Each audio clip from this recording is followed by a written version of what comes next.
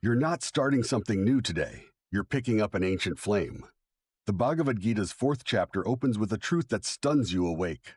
This imperishable yoga I taught to Vivasvan. Vivasvan taught it to Manu. Manu taught it to Ikshvaku.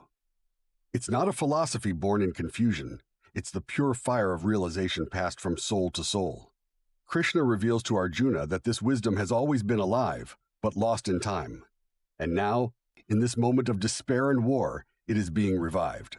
Whenever there is a decline in righteousness, O Arjuna, and an increase in unrighteousness, at that time I manifest myself. Pause. Let this sink in. This is not mythology. This is your life. Krishna's descent is not only cosmic, it's intimate. He manifests as clarity in your confusion, courage in your fear, wisdom in your chaos. The avatar doesn't come to control, but to awaken. I am born from age to age, to protect the righteous, to destroy the wicked, and to reestablish dharma. In these few lines, Krishna shifts Arjuna's lens from anxiety to eternity.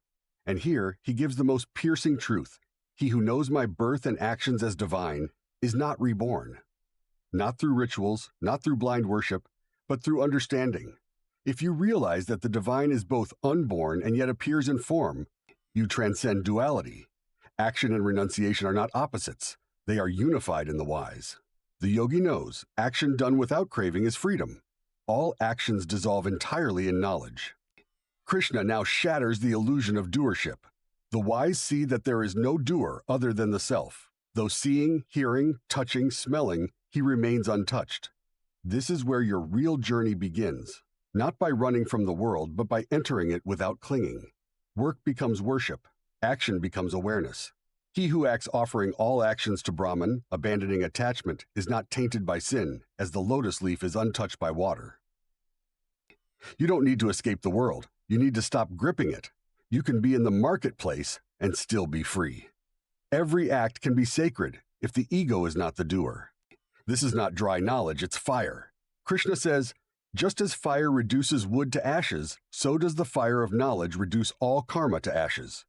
This fire doesn't destroy you, it destroys your false identity. And in its place, clarity burns bright. But to receive this fire, humility is essential. Krishna urges Arjuna, approach a realized teacher with reverence, inquiry, and service. The wise who have seen the truth will guide you. This is the lineage of light. You cannot walk this path arrogantly. You kneel not to worship, but to see. The teacher doesn't give you knowledge. They remove your ignorance. They remind you, you are not this body. You were never born. You never die. The body acts. The mind thinks. But you, the witness, remain. The more you know this, the more effortless your life becomes. Even if you are the worst sinner, the raft of knowledge will carry you across the ocean of sin. Let that in. No one is too far gone. Not you, not anyone.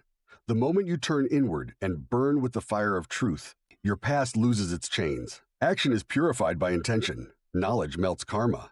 But Krishna is not done. He goes deeper. He says, in this world there is nothing more purifying than knowledge. He who is perfected in yoga, in time, finds it within himself.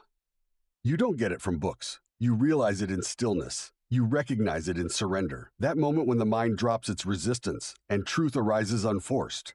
That's yoga. That's freedom. Faith is your foundation. Krishna assures, the man of faith, intent, and mastery of the senses obtains knowledge. Having obtained it, he quickly attains supreme peace. Doubt, however, is the silent thief. Krishna warns, but the ignorant, the faithless, and the doubting self goes to ruin. For the doubting soul, neither this world, nor the next, nor happiness exists. This is not a punishment, it's a principle. If you do not trust the truth within you, your journey remains clouded. Doubt is not questioning, it's resistance to seeing.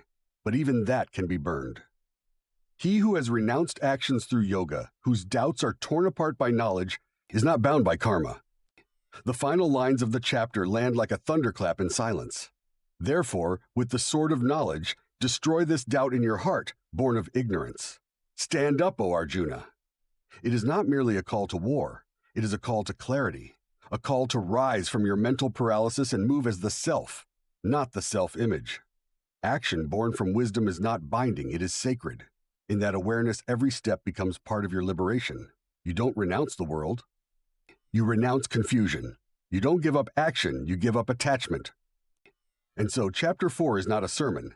It's a spark, a fire you carry, a shift from doing to being, from anxiety to stillness, from the illusion of karma to the purity of knowledge.